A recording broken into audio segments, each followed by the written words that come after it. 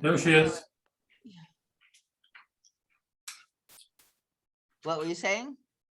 Oh, I think we're waiting for Judy. She finally showed up. Phew. Yeah, there she is.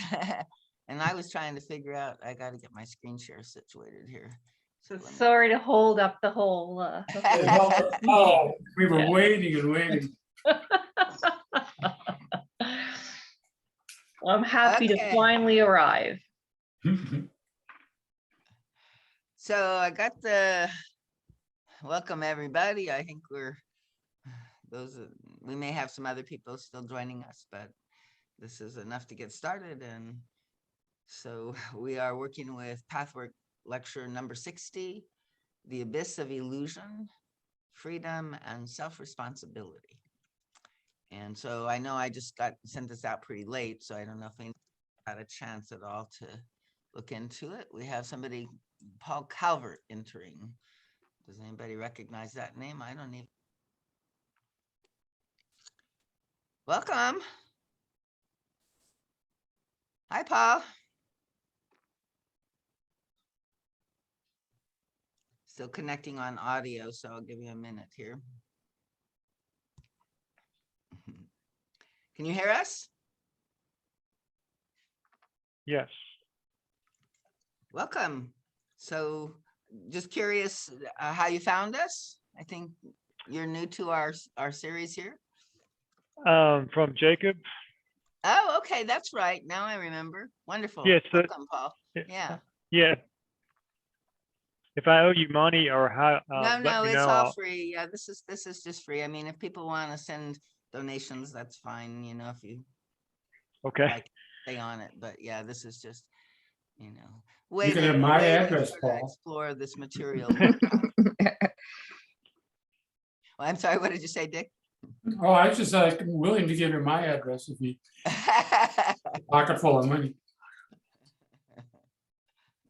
No, I appreciate the consciousness around it, but yeah. So and this is a group of people that kind of have been working with some of this material, but I just sent out this lecture today, so I don't know if anybody has had much experience with it. And what I usually do is just read through the lecture and give time for people to comment or ask questions, as we go. So feel free just to chime in if you have a comment or a question, and I'll try to also, make space for us for that. Okay. And so we're reading a lecture that was originally delivered March 4th, 1960, and it's called The Abyss of Illusion, Freedom and Self-Responsibility. And this is one of the sort of classic lectures in the Pathwork, dealing with sort of the aspect of our being that the guide refers to as our self-will, right? And, that kind of thing. So we'll let him speak. He says, "Greetings, my dearest friends. Blessed be this evening. Blessings for all of you. You all know, my friends, that thoughts, feelings, attitudes, and convictions create forms. Forms that are just as real as your earth matter. The deeper and stronger a conviction is, the more lasting and substantial are these forms. They exist in your soul, and they exist at the same time in the world of the spirit. If you harbor truthful attitudes, opinions, convictions, and emotions, these forms will exist in a world of light, and they will, in your own soul, create and bring you happiness, harmony, and what you may call luck. Soul forms of truth are made of a substance that lasts permanently. They will never dissolve, nor can they ever be destroyed. Convictions and emotions of untruth or unreality have the opposite character. They may last a while, but their durability is limited to the length of time that these attitudes in the personality prevail. The stronger these convictions and attitudes, thoughts, and emotions are, the greater is their impact and the more substantial their form."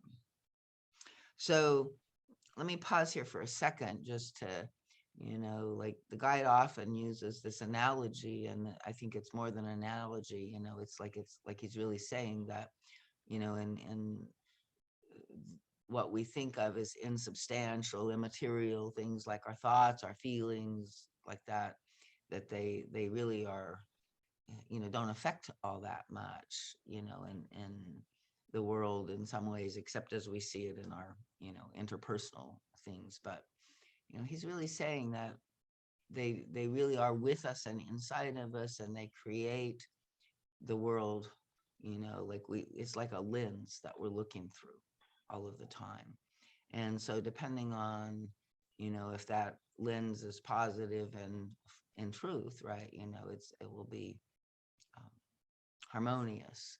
And yet, if it's talked in many lectures before about how when we, incarnate, we often bring in attitudes and images, beliefs, and things like that from other lifetimes, as well as, in this lifetime, we have family and culture and, our own experiences that also create these beliefs within us. So, and where these beliefs are not in line with deeper truth, right? And where, like, we might believe we have to defend ourselves, for instance, they will create, sort of the difficulties in our lives. Does anybody want to say anything or add anything there? Can I jump in a minute? Mm-hmm. Going back to that paragraph, it just struck me that it's difficult for me oftentimes, especially in world situations where, well, just use Ukraine, for example. I wonder how to create an attitude that's healthy when, for me, you've got a psychotic person like Putin killing people by the dozens, by the hour, and I just don't. I struggle with how to present it, how to hold it in a positive light. You have any feedback on that? Yeah, I mean, I'll give you a shot. I mean, I get it. I think it's the, the writing on the blackboard, it's the task kind of before us is to work with that, right? So I don't know that I have all the answers or anything. And I also, don't believe that we're supposed to spiritually bypass any of our ultimate, feelings, right? But to the degree that, we have to become, hate ourselves, right? In order to sort of respond to hate, it leaves a question mark in my mind of, well, is that useful? Somehow I think we really do have to transcend that, and yet, or transform it in some way, but I think we have to be in truth and realistic and not, like put our heads in the sand or not be in denial or not, and I think it is a big question at this time, right? How do we kind of stand up for truth and, try to bring the light into the earth? And I think that all of spirit is also trying to do that. So mostly part of what I'm interested in is how the narrative has not gone the way I expected it. And I think the most of the world, which was, like Russia would succeed in a couple of days in just overrunning this country, right? So this is where I think there's spirit is at work, right? New things are happening. We're in according to some people, actually, this is the dawning of the age of Aquarius, and we are like astrologically shifting, and there's also the establishment of some deep inner positive spiritual forces on the planet that will now help us and will help humanity awaken, right? One of the things that I found in reading this lecture was, it did feel like, oh, there's Putin in it, it's like his abyss of illusion, right, is why he's willing to destroy Ukraine and his whole country, right?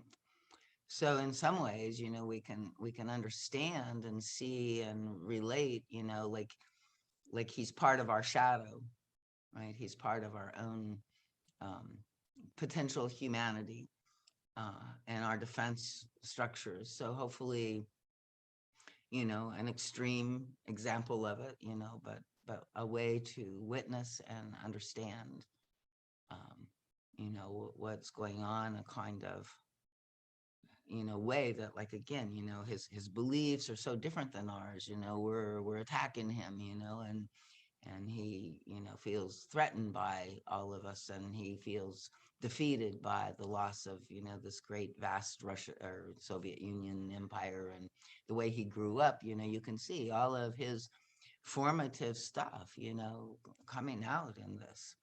And so the Pathwork is talking about all of this all the time within each of us. What happens when a man achieves that degree of power, you know, I don't know, but I do think that still holding light, praying, and also, you know, maybe even in this, we were talking last time about war, you know, and the guide is saying, well, until we, you know, establish certain conditions in humanity, we're going to have war. And part of what he was saying is our own inner splits, right? You know, so in some ways, I think maybe it, you know, a man like Putin does need to be stopped, right? You know, like that it wouldn't be, you know, we may still be confronted with that, where the whole world is going to have to go to war to stop this. So, but again, I think if we can do it without rancor, you know, like, I mean, I get, you know, that it's natural, you know, to just want to hate this guy, but somehow that just turns us into what he is. So that's my only understanding. I don't know if that helps or not at all. I'm in the study myself very deeply. Yeah, well, it helps, especially the last statement about if I push back at him energetically, it in some way makes me him, you know, so it's an interesting construct or concept. Yeah, I get it. So it's kind of walking a narrow line right now. So yeah, thanks. I mean, I think, you know, I mean, don't you, you know, like, I mean, our gut instinctual responses, you know, like, yeah, you know, smash that guy, you know, stamp him, you know, defeat him, put him down, you know, take him out, however we can, you know. But I think the guide is, you know, saying maybe sometimes that's necessary, you know, like, I mean, I don't think anybody would say that, you know, we shouldn't have fought Hitler in World War II, right? You know, or Japan, or so I don't know, you know, but it is kind of, to me, like, and he says in this lecture that we read last time about, like, depending on why you're going to war, right? There's reasons that are just purely selfish, and, you know, like, that's where I think Putin is going to war. And then there are, you know, people trying to protect things, or, you know, trying to, you know, they're not overrunning, they're trying to establish their boundaries. So, you know, in that sense, I think the Native Americans have this this thing that they call the War Chief's Lodge, you know, and it's kind of says that one goes to war in innocence. You know, you always go to war in innocence, and that means, you know, that you don't fight unless somebody else is fighting you, right? And then you have the right to fight back. And they say the body is always innocent. And so where there is, you know, death, destruction coming, you know, we have a right to defend ourselves according to their understanding. And I think for our soul, what matters, you know, it's like, it's not even, you know, it's like our hatred towards Putin isn't going to do much, but, you know, to him, but it's like, what does it do to our own soul? It seems like somewhere he was talking about that too. So anybody else? I was just reflecting on the mantras around, like, I am that. And so what you were saying was kind of bringing that up for me around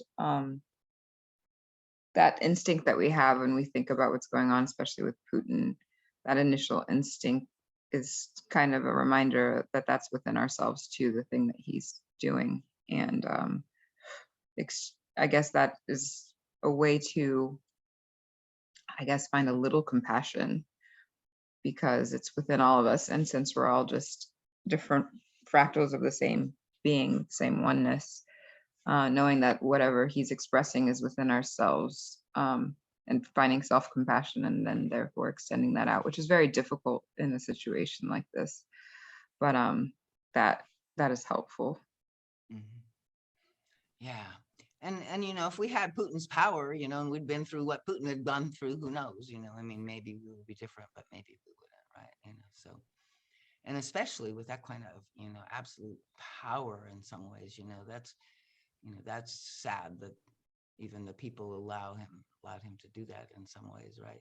But we don't understand these things. And I keep finding, even like with Donald Trump or something like somebody was saying, like, if he hadn't been president and, had, these, things that had happened in that presidency, then we wouldn't have been able to unite NATO like we did behind this, right? So I don't know. It's like you never know what spirit is really up to, and in this, it might be sort of the last attempt at war, and it fails, and we all put down our arms and give it up, right? I mean, that might be a little, paradisical, but I think that we're getting closer and closer, so we can keep working towards it and working towards our own inner wars, right? Where and our own, contempt, our own pride, our own self-will, and our own fear, right? Those are the things, and in our materialism and our separate. So I'm letting Jasmine in too. So okay, so welcome, Jasmine. So I'm just reading through the lecture a little bit, and we're talking about, these ways that our beliefs and feelings and all of that create forms and spirit, and that these are forms that may be psychological and what we would say, but that they have real impact in terms of how they manifest in our lives, and they really have a lot of effect, as much as an actual physical thing would have in our life, even more so. So he says, that it's like we're really sort of, the whole life that we're living is like a path that we're walking on, and there's different landscapes that we're traversing, as we go through. And so we're traversing physical landscapes on earth, but he's saying that we're also traversing our inner soul landscapes. And so everything that's arising in our experience is, a part of our curricula, is tailor-made for us, is something that, knowing it or not, right, we've forgotten, we've gone unconscious, but we had assented to at some point to go in and take this experience on and to use it as a way of awakening ourselves. So, he says there are shrubs and thickets and narrow ledges and cliffs, and at times the going is rough and tedious and the way steep and stony. And at other times you find yourself on a meadow of rest and light until you are ready to tackle the next hurdle. All this is not merely symbolic. These forms truly exist. They are the product of your inner attitudes and convictions, thoughts and emotions. Many of these create obstacles through which you have to grope your way. And so I notice, in my own self, like, there's certain tendencies that I have, to go into resistance about things. And whenever I do, like, it really does create more and more obstacles, right?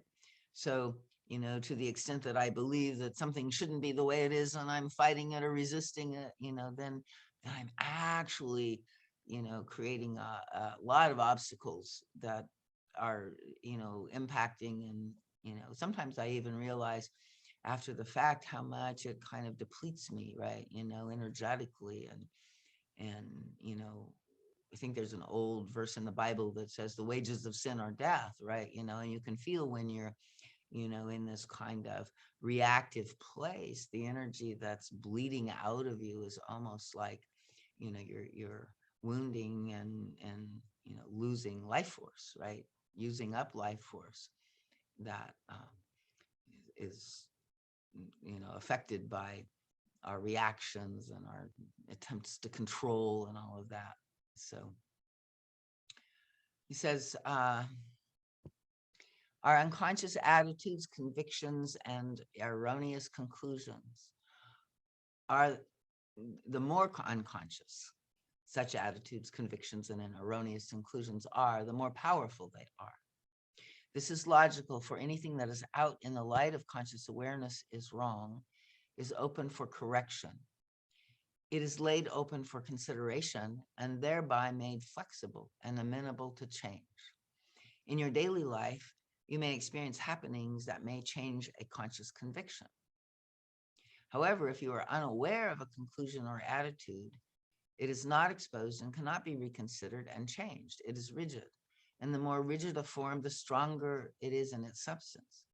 If this is so with a form created from untruth, you will easily see that it must become a tremendous obstacle in your life. So does that make some sense?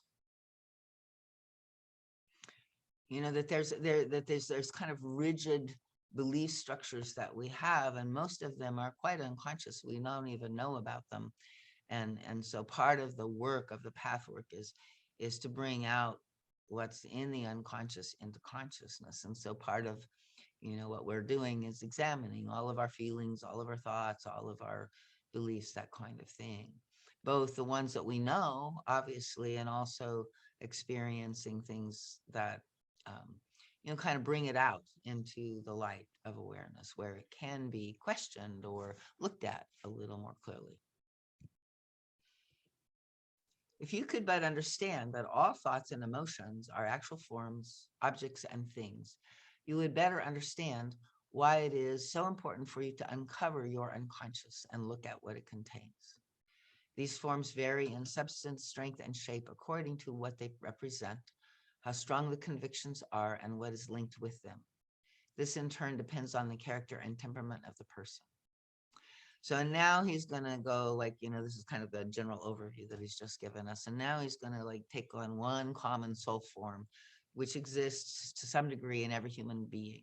And he calls this the abyss of illusion. And there is an abyss in each one of you.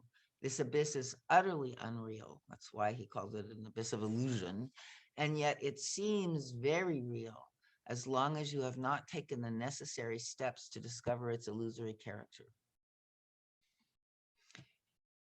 So when you cannot let go of your self-will, which may not necessarily mean that you want something bad or harmful even, or when you cannot accept the imperfection of this world, which means that you cannot have life and people be according to your very own way, even though yours may be the right way, it seems to you that you have fallen into an abyss. So people, can you kind of connect with this and recognize it? It's a, you know, this part of our self-will that wants life to be a certain way. And if it's not that way, we're going to be unhappy about it. In some ways, I think it's also connected with, you know, what the Buddha called the dukkha, or, you know, dissatisfaction, right? You know, and it's like we look at the world through this lens of the what we want, you know, and like you said, even though it might be a you know, a really right thing that we want, if we get lost in this kind of place of like death, you know, like it's the end of the world if we can't have life be the way we want it to be, you know, then this is something that, you know, like this is what Putin's doing, right? You know, and he's controlling the entire world with his power, right? You know, to make it the way he wants it to be, no matter what the cost. And you may find this in smaller examples in your own life or in your own person, right? You know, like I have a very strong self-will, right? So this, and when I feel like things aren't working out the way that I think they should, right? I can often go to war about it, especially with people on the, you know, phone that are supposed to be the, what do they call it? You know, the people that are helping you, you know, the service people for products and stuff.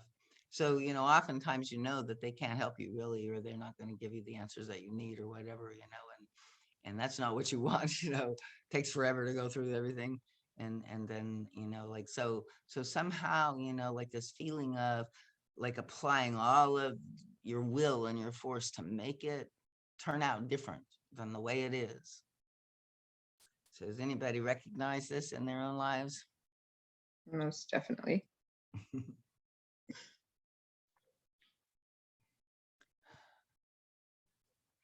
And there can be in different levels, like from small abysses that like that we finally more easily let go, and then deep ones, and oftentimes the ones that really do feel like life and death to us, really, it's what I call the shaman's death. They often come from like sort of PTSD experiences and issues from our wounds, right? So that it really does feel like if we have to experience this thing, which we probably did experience when we were very innocent and vulnerable, in a way that was, we felt very helpless, and so we're avoiding that as much as we possibly can, right? And yet, any corner of our soul that says, it has to be this way, it can't be any other way, right?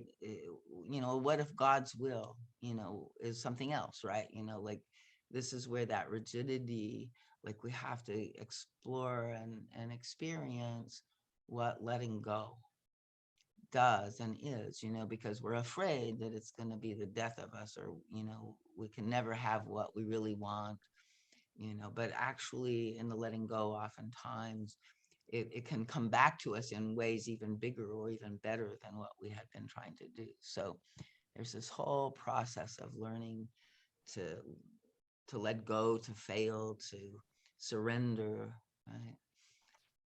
Which is the exact opposite of what at least my cultural affiliation taught me, right? It taught me to never fail and don't admit you're wrong, and you can't be wrong or else, you're nothing. And so everything sets you up to not look at it and just, go with the self-will. At least mine did anyway.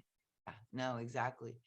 Yeah, and I think our Western culture is very strong on self-will, for sure. It's like I think Alexis de Tocqueville, at the beginning of our nation, and kind of the beginning of Western civilization as it was, being imported and, developed, it's like he said, he coined this term individualism, right?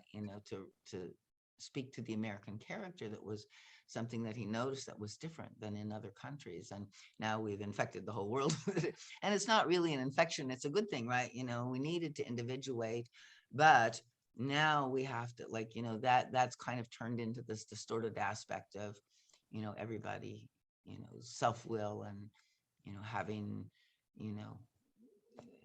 the same thing, or equity, or everybody, I don't know. It's like it gets in distortion somehow, for sure.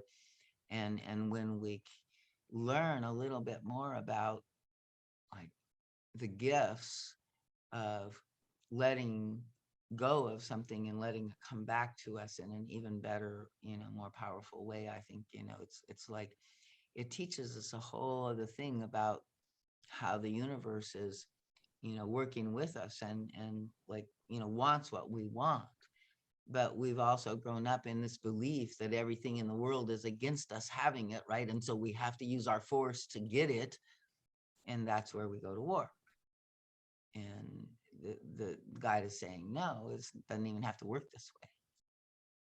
And we are in a vicious circle, creating. And again, I would say it is more the perpetrator, like Putin, or, my own self-will, or whatever, like that is the one that has the self-responsibility in this, in some way. Now, we also have the responsibility to do our best to respond to someone who is doing this,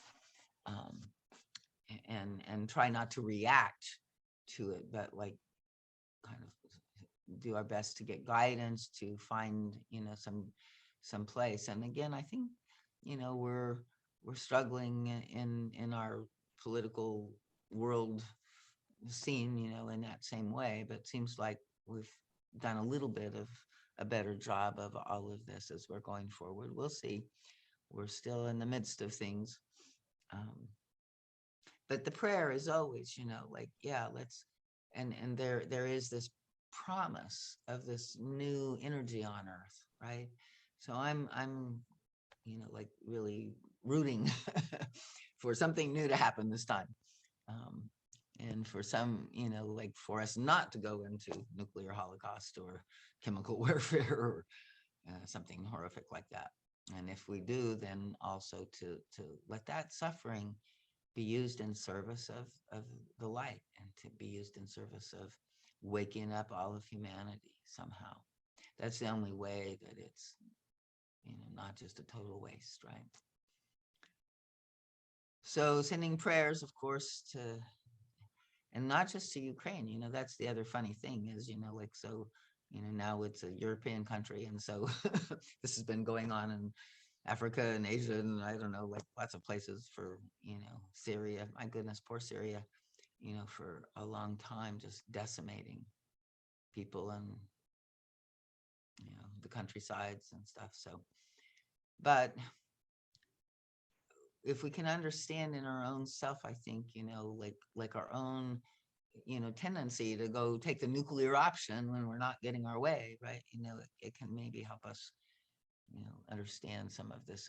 And also, like the guide is saying, we're one collective humanity, right? And so, as our consciousness knows truth and holds truth and sees all of this, right? It's in the collective. And so it may even help Putin wake up, or, he's kind of got himself locked into a box, but, who knows, that there could be an awakening, even in that situation. So, and to not underestimate the power on the collective level that we each have individually as we work and do our own healing process, right? So we are all a part of the madness in the world, this psychopathy and craziness here.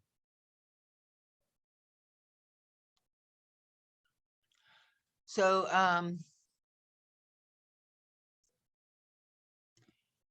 he says, the abyss varies in depth and in width only by becoming aware of its existence and gradually discovering its unreality will this form dissolve little by little.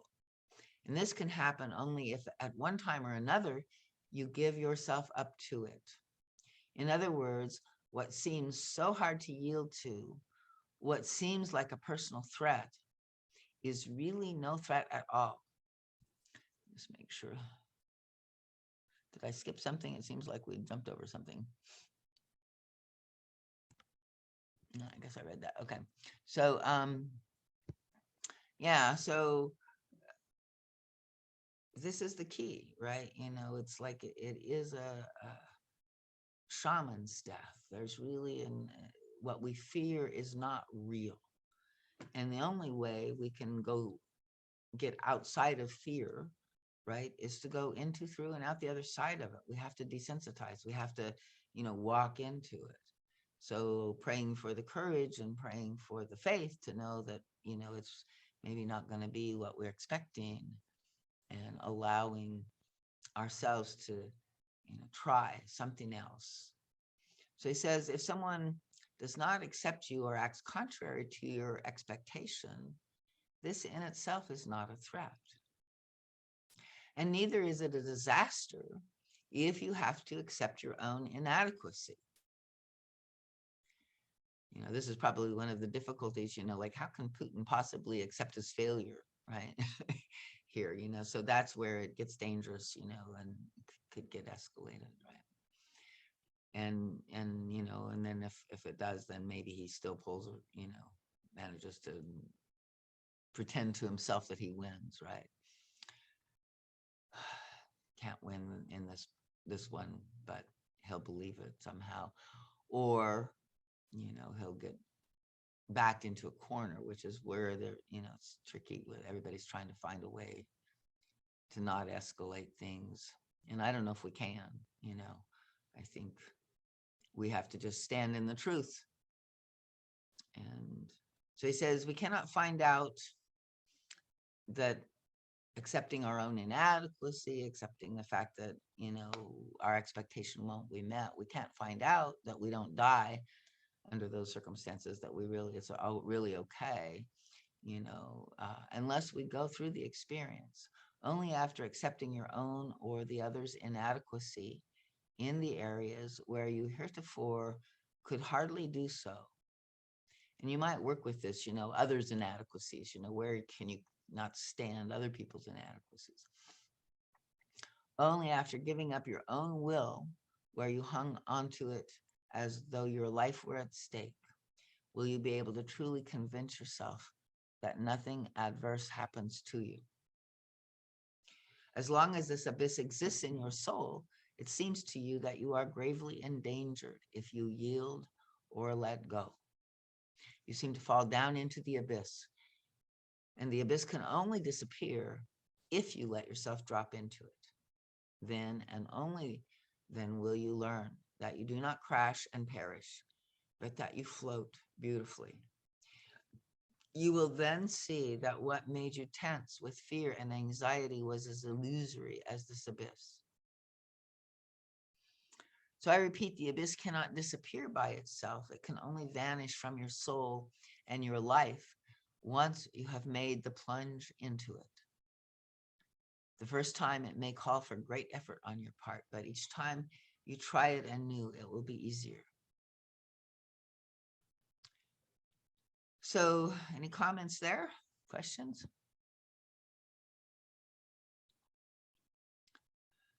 So he says, I don't refer to giving up something needlessly or merely because it is something that makes you happy. I do not even refer to giving up something you have or possess. Nor do I speak of realistic fears that you can face constructively. I refer only to the subtle little fears in your soul, to the frustration and anxiety you cannot quite understand, and for which you often find such poor rationalizations. When a person near you does not agree with you or has certain faults, you may feel all tense and full of anxiety. If you analyze these feelings, you will discover that it amounts to feeling endangered, because your world of utopia is proven unreal. This is the phantom fear which makes you believe your life is at stake. Otherwise, you would not be so fearful. So he's saying, you know, that you know, there's negative consequences for what, you know, we, you know, maybe, but he says the real fear that we have here is, you know, that our world of utopia, right? You know, the way that we want things to be always, you know, the child consciousness, he says, you know, like wants life to be always perfect, 100% perfect. And if one little thing is wrong, then everything is wrong, right? You know, so this perfection of 100% is this world of utopia that, you know, he says is endangered, you know, by this. And it has to be, it's an unreal world in some ways, right? You know, and it's really not the end of the world that, you know, we can't have that world that perfect. It's something much more beautiful is really happening. So he says, last time I discussed the function of utopia in the human personality, I said that the infant in you desires everything the way it wants, how it wants it, when it wants it. But it goes further than that. This desire includes wanting complete freedom without responsibility. You may not be aware that you desire just this, but I am sure that by investigating some of your reactions and asking yourself what you truly mean, when you come to the root, you might find this childish part of your being desires just that. You want to have a benign authority above you who steers your life in all ways as you desire. You wish complete freedom in every way. You want to make independent decisions and choices. If these prove good, it is to your credit. However, you do not wish to be responsible for anything bad that happens. Then you refuse to see the connection between such a happening and your own actions and attitudes. You are so successful in covering up these connections that after a time, it takes a great deal of effort to bring the connection out into the open. So does that make sense? Anybody have an example or a comment on that? Right. Connecting with that. Well, I mean, as you're reading that, it just went right into my brain. Well, I hate to bring politics into here, but it's all, not all, but many of the Trumpies, it's like that's exactly what they want. They want freedom without responsibility, and that's so obvious to me. It's but I don't know how to wake them up. I would love to be able to smack them around, but of course that's the very thing they don't. Yeah. Anyway, it just immediately came to our mind. Well, that's Was in that relation to that. Yeah, I mean, but he's saying it's the infant consciousness in every one of us, right? And in some ways, it's like there is a major. I mean, I think all of us are pretty well still in adolescence, right? Like we're not very mature ultimately in our world. So like I can see, like a lot of times when, I'm making decisions, right? And kind of following my intuition and doing things my way, right? And then somebody confronts me or somebody reacts or, doesn't like it, right? And then, like this is where, it's tricky because, the guide says when we're confronted, it's either true or not true. In neither case do we need to have a defense, right? But most of the time, we go into this way of defending ourselves, right? And wanting to, prove that we're good or, we're right or, and we don't, make the connections, maybe between or listen or take in the feedback, right? And look inside and see, well, maybe it wasn't all true, but maybe there was some little piece of truth in that. And I want to, take responsibility. And the other way that we don't take responsibility, I think, is in terms of, like when we feel like we're victimized by other people or the world in some way, right? Life's unfair or our boss is an asshole or whatever, So when we feel unfairly treated or victimized by life, I think there is a way that, again, we're not taking responsibility for, somehow what the guide is saying is, well, this is all of what you're experiencing is your creation, right? And maybe, maybe we have to even look at, like the Trump people are our creation, like the liberal people created the Trump people. I don't know. I could see that could be very easily true, and yet, it's like in the collective, in the archetypal levels of things, right? That's exactly what's happening is it's this polarization. And we are coexistent, right? We co-arise. So I don't know if that makes sense, but What comes up for me is, Darlene, I know in one of our sessions recently, we looked over, I think it was 208 and our ability to create. And it talks about how as children, we are taken care of by our mothers usually, and they have stepped into this like masculine energy, and we are in our feminine energy. And as children, we don't have to give, we just receive. We become the vessel to receive. And usually, again, the desires are directed and fulfilled by the parent in the masculine piece. And when we don't have a healed inner child, we still want to be in that feminine, but without giving back. And so that paints that kind of picture to me as you're reading. I'm thinking, oh, it's this unresolved inner child that wants to receive without right, giving. right, exactly. And even in that lecture on real and false needs, the guide says, the real needs of the child, are to receive, but as an adult, then they become the false needs, and the real needs of the adult are to give, right?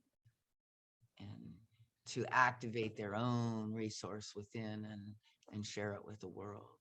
So exactly.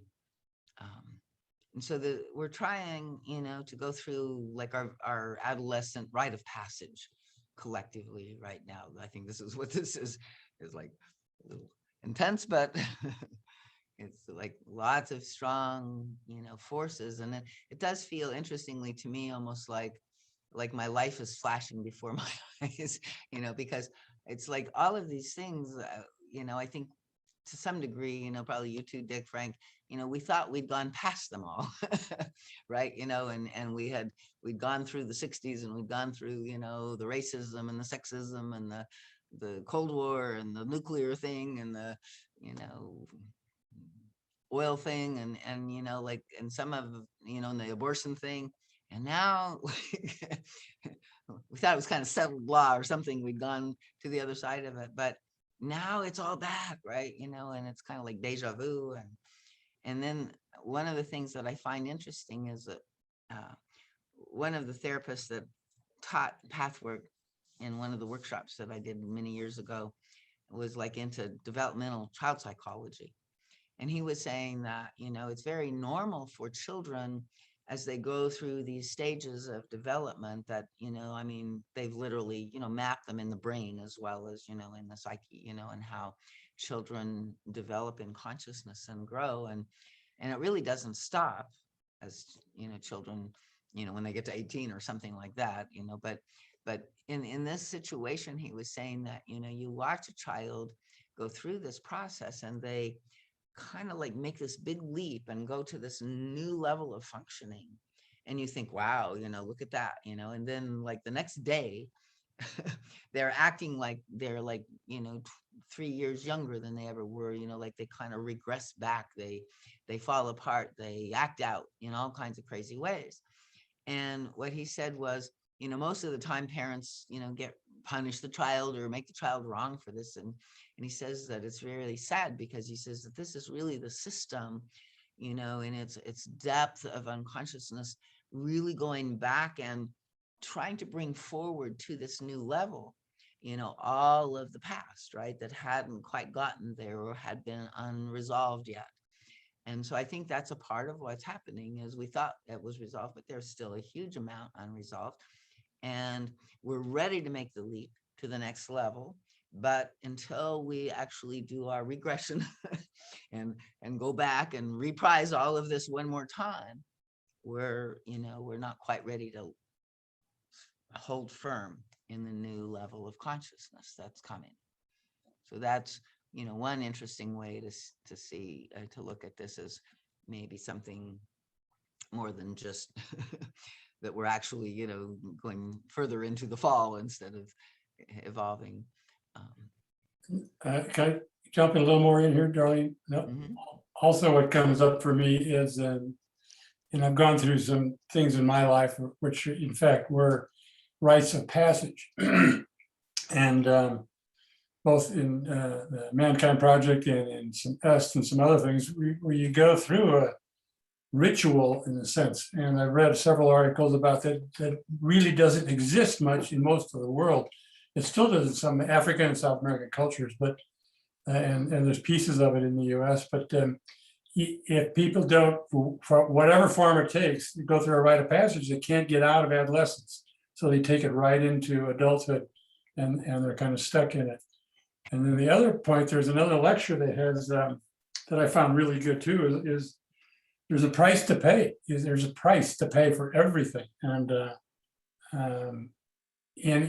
this, I think, another way to look at what's going on right now is there's a price to pay. There's a hellacious price to pay right now, and for being immature, for being greedy, for being power hungry, and so there's a price to it, and it's a nasty price to observe Right. and be part of in some sense. So I mean that's another way to look at it. Yeah. Sort of reaping what we've sown, now in the environment and in the collective as well. Yeah.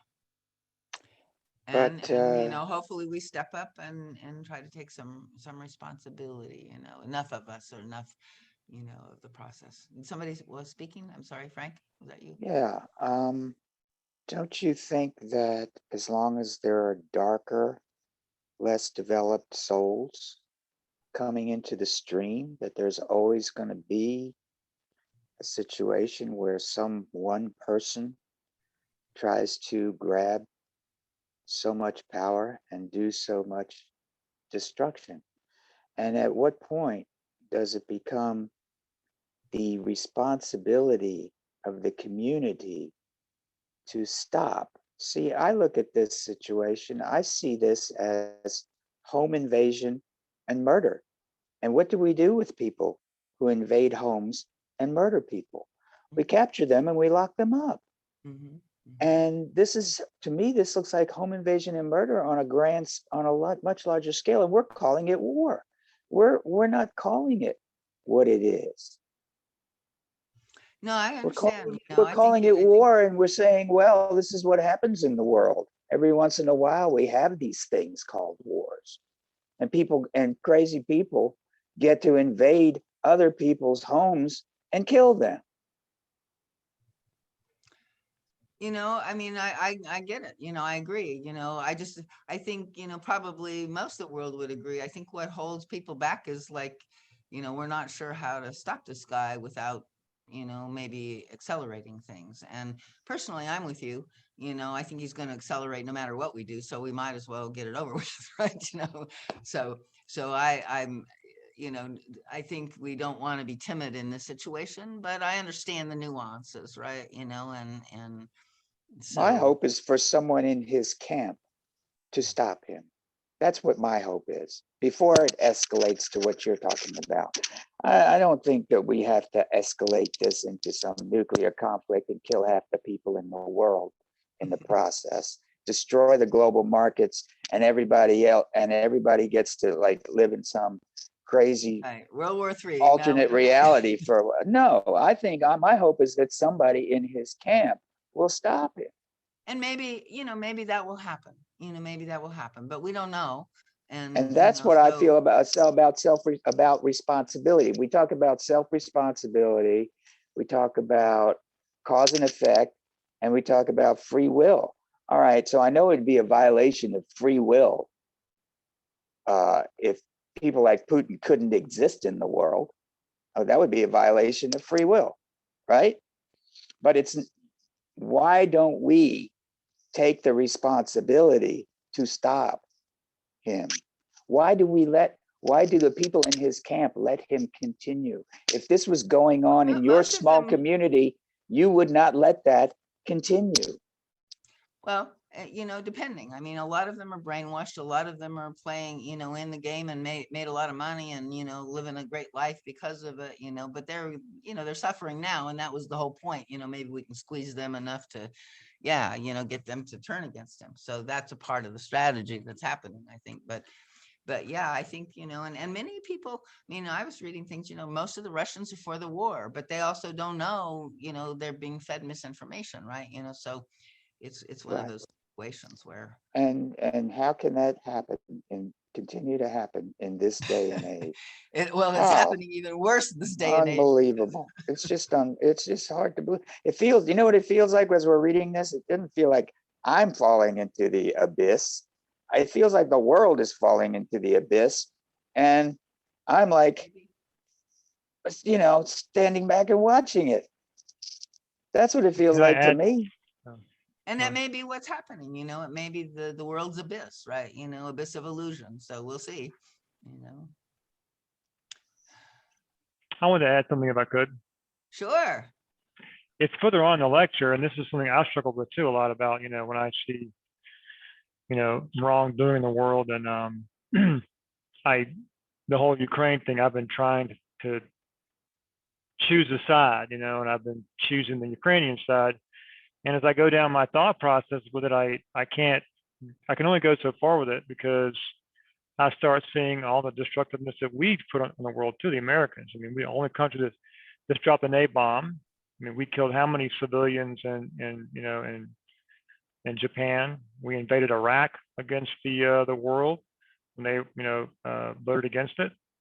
How many civilians were? I remember seeing babies and children in the hospital from burns and missing limbs from our bombs. Yeah. So I have a hard time. Like I said, I tend to try to take a or choose a side. Then I start going down this road of doing it, but then I come to a point where I can't go any further with it. And Exactly. then I was reading on the lecture, and this is what stood out to me. I've been, and I've been trying to bring this kind of concept into my understanding for years. And it says here, the apparent, I'll read from the lecture we're on now. It says the apparent faults and deeds, or the apparent faults and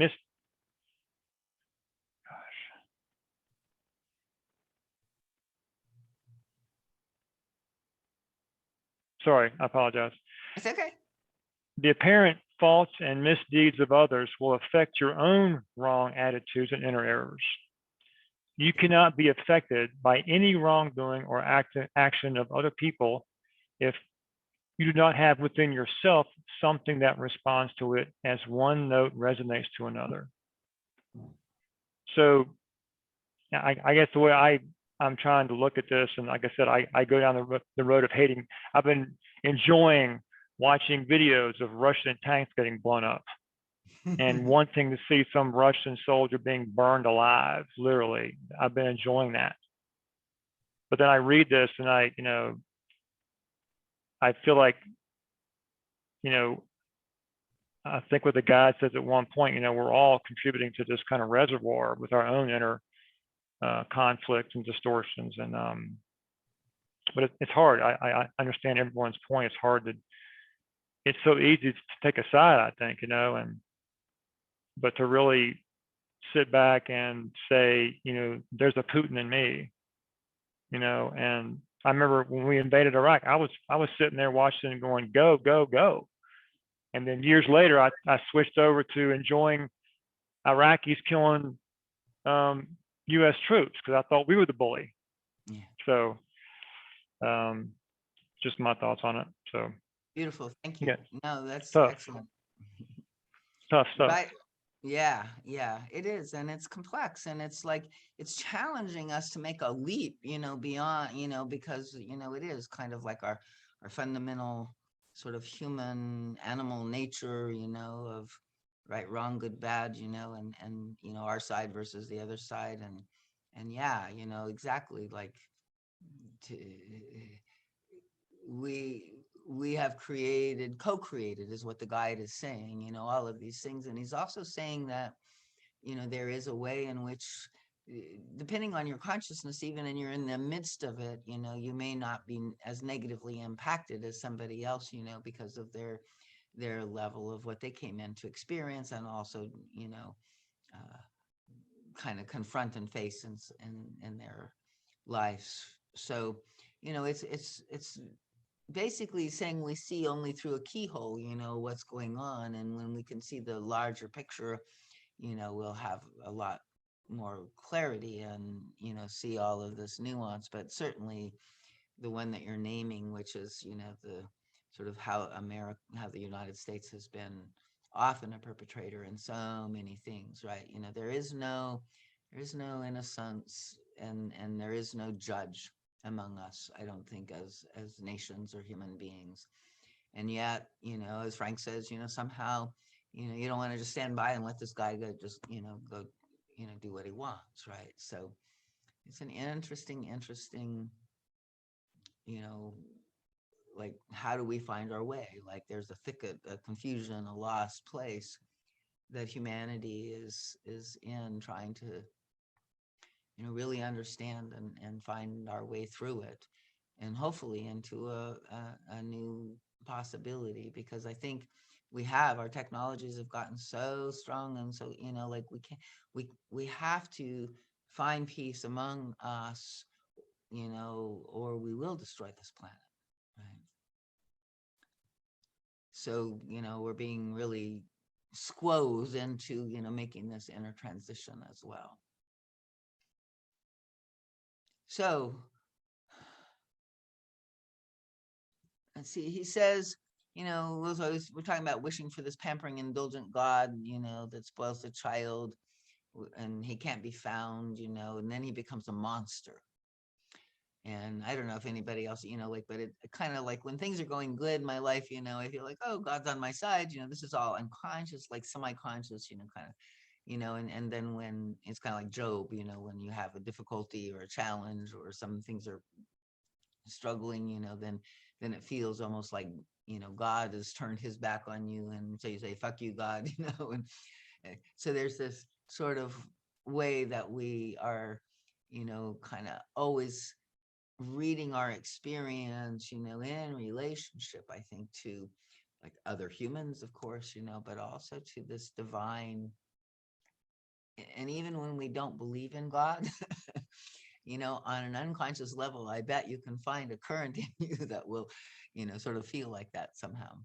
So, and he says the expectations that we have of this God, then we also project onto human beings, either to a specific person or a group of human beings, or onto a philosophy, creed, or teacher.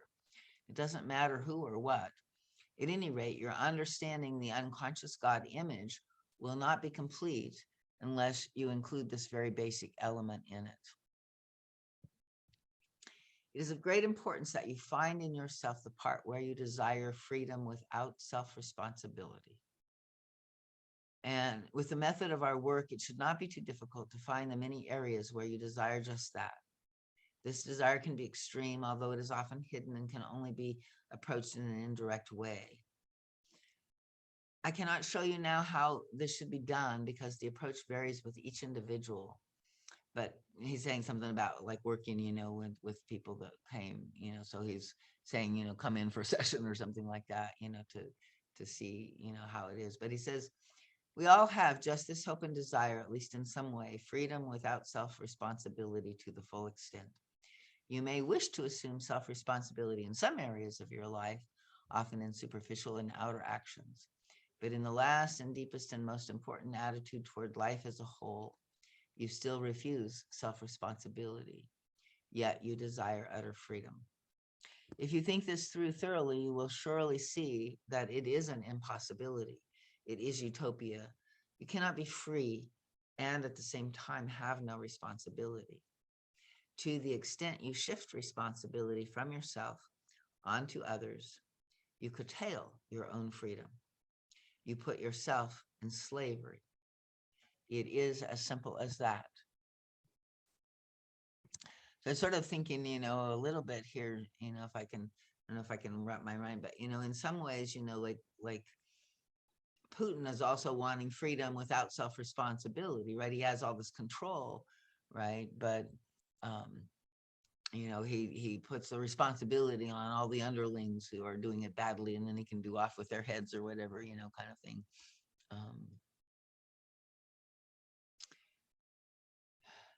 But Darlene, I think self-responsibility, even handling Putin is not, in a sense, wow.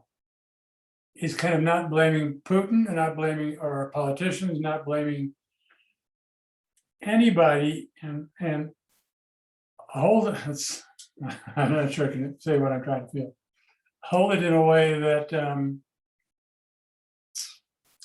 one, this is partly part of me is involved in this. I have to take responsibility for that part of it, which you're pointing out in this lecture.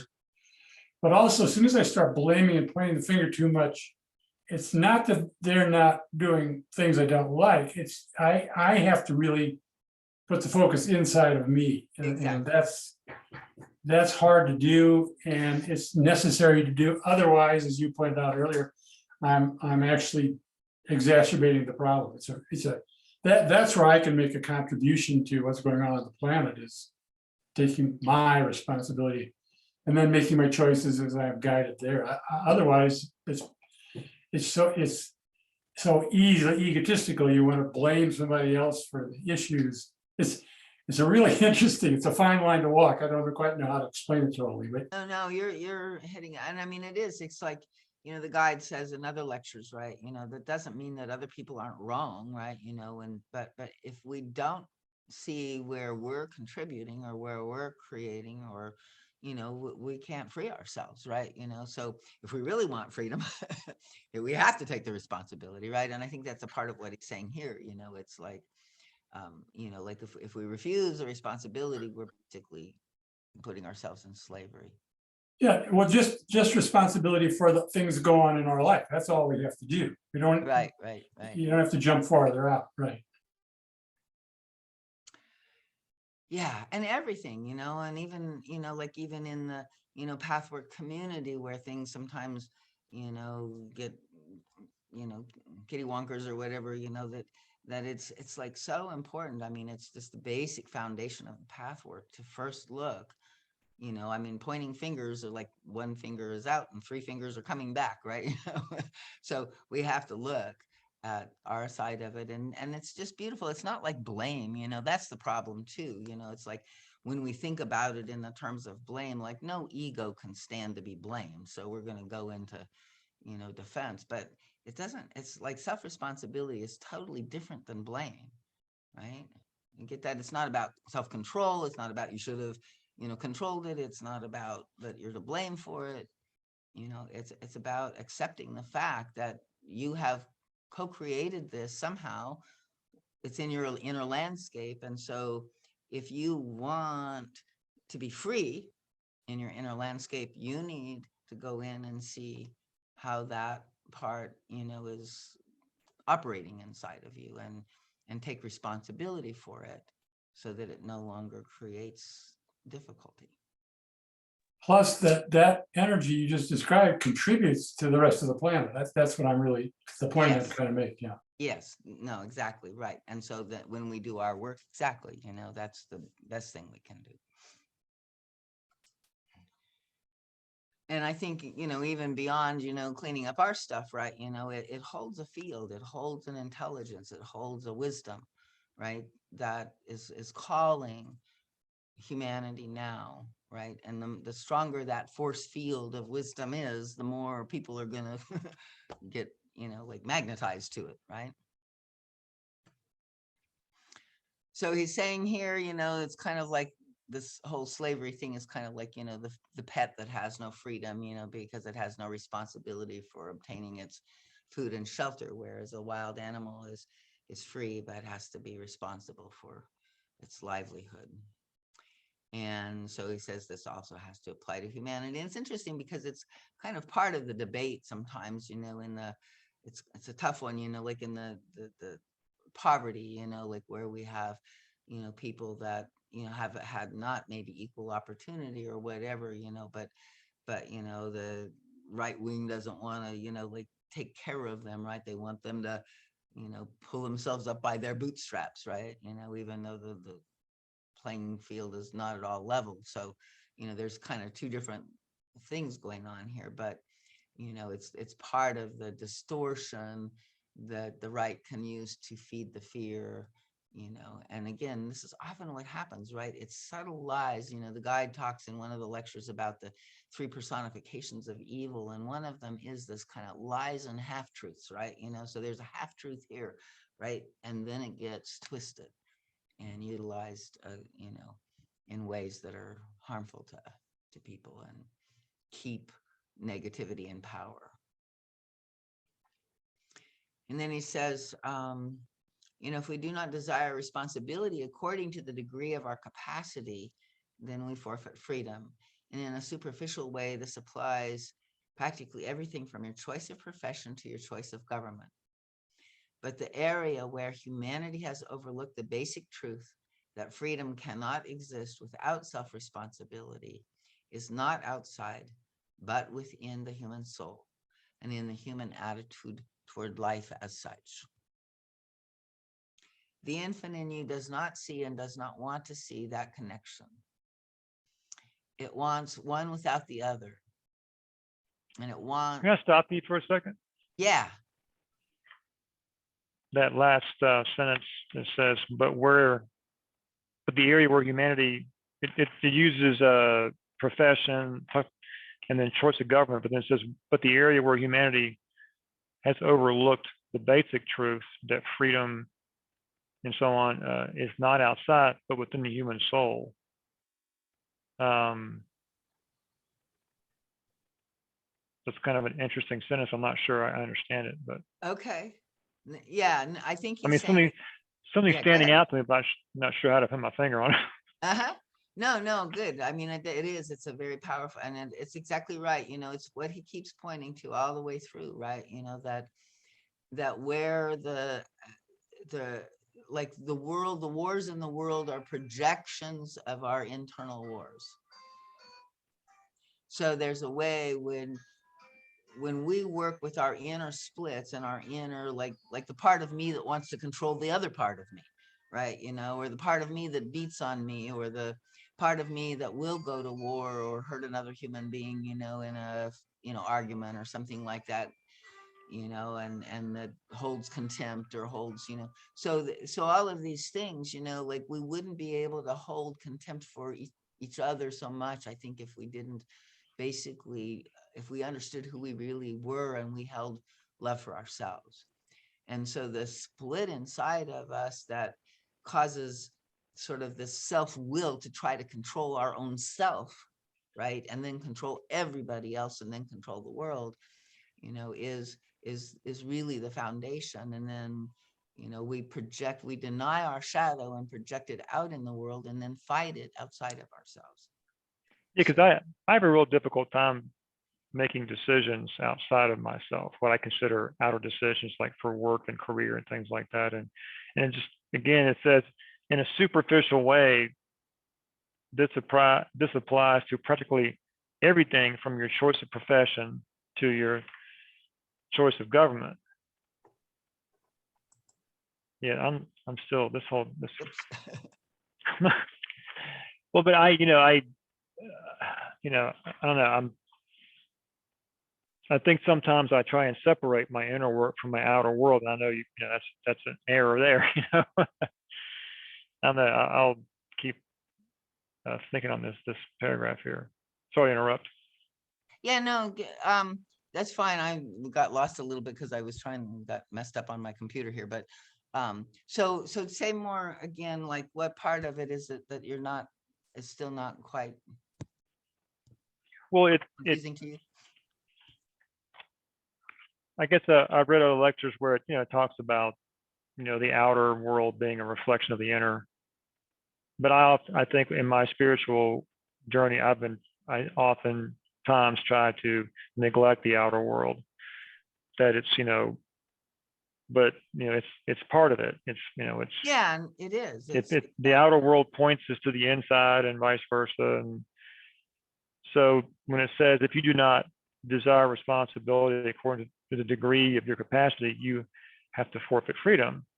Then it says in a superficial way,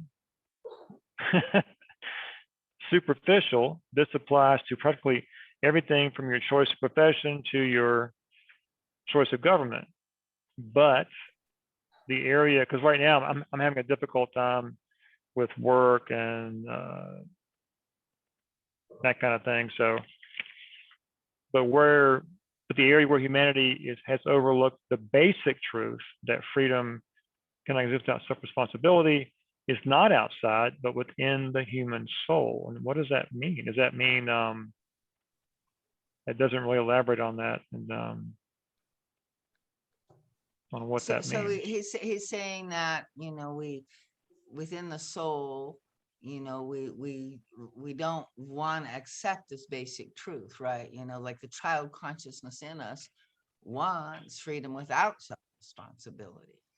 And so until we can fully accept, that for our lives, right, and recognize that we are responsible for our lives, and so like he says, that superficial, like, I we wish the government would be responsible for everything and do it perfectly, and they never are. And then I don't want to go to all the local meetings. It's more of a like that. Yeah. It's maybe the outer or manifestations or of the inner, that kind of thing. Yeah. Okay. Exactly. Yeah. And so the infant doesn't want to see this and make that connection, and it wants one without the other. The price for illusion is extremely high, and the more you want to evade paying the natural and fair price, in this case self-responsibility for freedom, the heavier the toll becomes. This too is unalterable law. The more you understand about the human soul, the more clearly you will observe this. All diseases of the soul are based on just that, on evasion of the payment of the rightful price. there is a strong desire and insistence on having both ways, the easy way. I studied this a little bit, because sometimes it feels to me like, well, does that mean I should, like go the hard way, or never take the line of least resistance or whatever, follow my flow as I like to do, And so, I still struggle with this one a little bit, but I do understand like that there is a payment, in the sense of, the willingness to give to it, to sacrifice for it, to, do our best with it, right? And also to let go of, pride and illusion and, like needing to be always right or whatever, right? These things. So, when we can humble ourselves and, and accept life on its own terms, right? Then I would say we are willing to pay the price.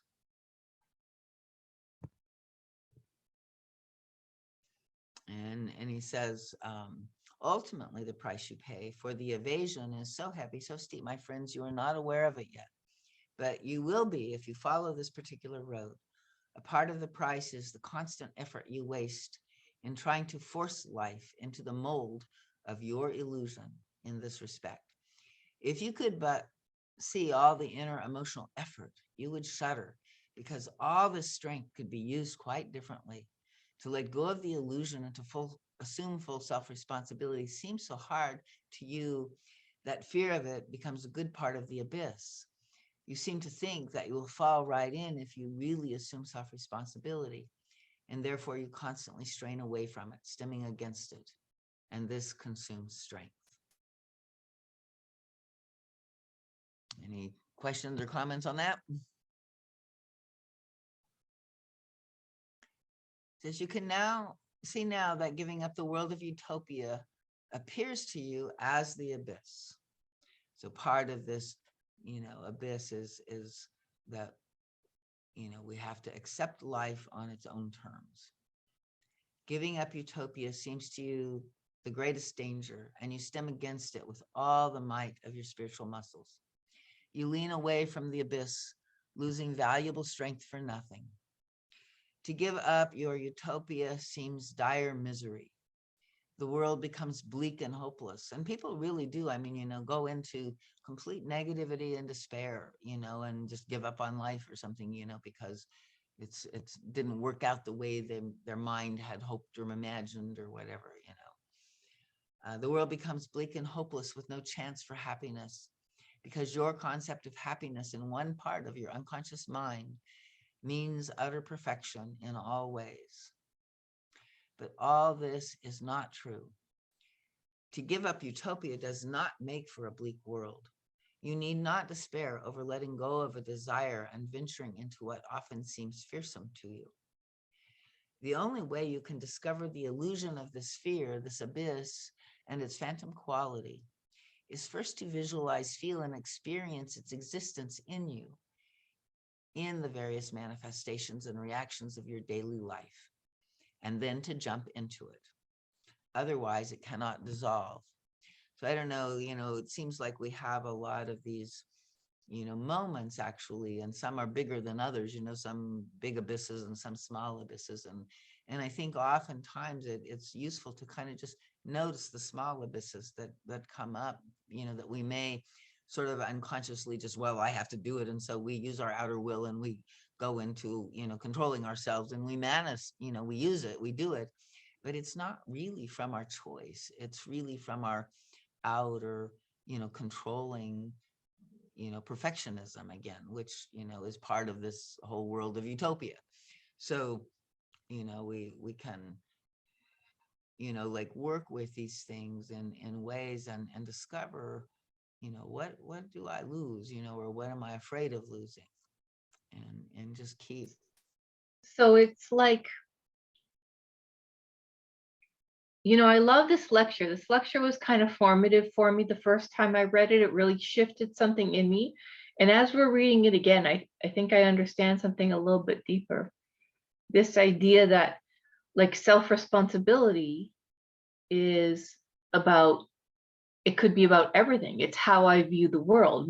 it's my thoughts, my choice. If I choose to blame myself, I have to take responsibility for that and the consequences of it. If I feel like, oh, I'm not good enough, then that's my choice. I have to take responsibility for every thought, every belief, every, oh, You're right. It Yeah, feels that's like good. that's connected to the fact, this makes the idea that every thought is a creation, makes it make more sense. And if you are creating something, then there's an effect. We cause it, we create it, and we tell our kids and children, oh, well, cause and effect, you have to be responsible when we're talking about these like external material manifestations. But because we haven't been so aware of the creative power we have and that everything is creating, then of course we have to be responsible because we've created something. Yeah, good. Yeah, great. Thanks, Judy. That kind of tied to what I was thinking. And then he says, like the way that we can discover the illusion, and is by jumping into it, and then of course, like again, I like this idea, like in traditional, sort of shamanic spirituality, right? There's this understanding of the shaman's death, right? The initiatory process that is a dismemberment or a death or a letting go, right? And so it does feel like, this abyss of illusion, is another way to put it, is the shaman's death. We come up to that edge of that cliff, and oftentimes we can feel like the resistance, like, oh, I know I'm going to die. But if we can sort of recognize that it's an abyss of illusion, and sort of take the hand of our child, right, and say, let's try, let's see what happens, let's leap, let's jump, let's let go, right, and then oftentimes there is this whole other completely different experience than what you were expecting that comes out of it. And that allows you to begin to realize, more and more this self-responsibility, and how, the fear of it was actually, bringing it, manifesting it as well. And when we try to defend against it coming, that's how it actually comes, right? We're trying to avoid it, and it draws it to us, it magnetizes it to us. And so that's also becoming conscious enough to see this, that exactly what you're saying, we are creative. Everything we're doing is actually creating this experience that we're having. Our spin, our interpretation of our experience, the lens that we're looking through, that, determines that from childhood and ancestral, and from, our past life connections, right? So Darlene, because somebody's coming in, I'm sorry. well, I was just gonna jump in. I just was remembering a quote from Marianne Williamson years ago, that she, a quote around fear. She said, if you're guided to do something and you have your fear there, take your fear, put it under your arm, and do it anyway. And I remember the first time I went to Europe, I did that, and it was amazing. The other side of fear is like, I wasn't aware of Pathwork at the time, but it was like, wow, it really does work. Uh-huh, So. uh-huh. Yeah, and that's the other thing that often happens is, like we're aware of our fear, and then we fight against our fear, or we try to resist the fear, and then that just kind of adds, the fear comes even stronger, right? So holding the child, holding the fear, holding the, the immature parts of ourselves from, our witness, our, higher self, our adult, can be, like really transformative, right? It's like, because that's what the child has needed all along, right? And it's what we're still looking for somebody else out there to do, is come and take care of us, right? So that's another part of self-responsibility, right? It's up to us. And we have to, we are the ones we've been waiting for, as they say. So,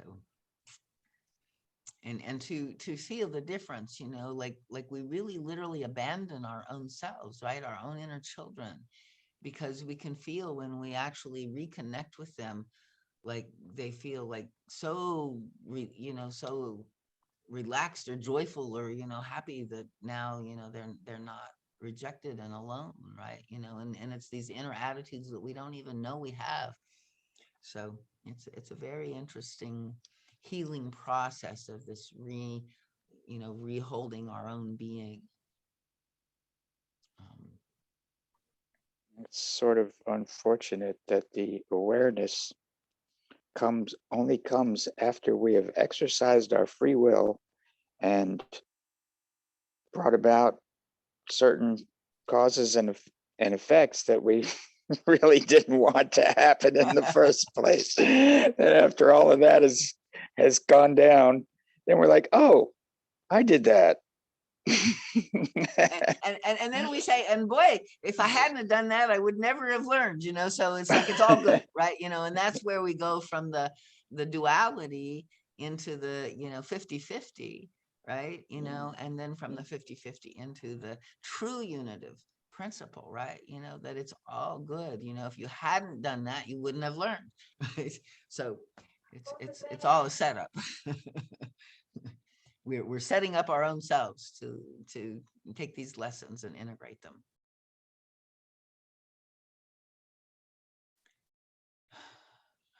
So let's see, where did I leave off here? So he says there's a very important general misconception about life. It constitutes the main result of the unreasonable desire for freedom without responsibility. It is the idea that you can come to harm through the arbitrariness of the God of your image, of life or fate, or through the cruelty, the ignorance, and the selfishness of others. This is very profound. So, like the fear is as illusory as the abyss. This fear can exist only because you deny yourself responsibility. Therefore, others must be responsible. If you did not cling tenaciously to the utopia of having freedom and refusing self-responsibility, you could easily perceive that you are indeed independent. You are the master of your life and fate. You and no one else create your own happiness and unhappiness. Observation of the manifold connections and the chain reactions would automatically eliminate your fear of others, of becoming a victim. You could link up all unfavorable incidents with your own wrong attitudes, no matter how wrong the other people may be. But their wrongness cannot affect you. This would become clear to you, and you would then lose your fear of being helpless. You are helpless because you make yourself that way by trying to shift responsibility away from yourself. So you see that fear is the heavy price you must pay for insisting on your utopia. So anybody want to comment on that one? I just feel like somebody should say mic drop on that one. It's like,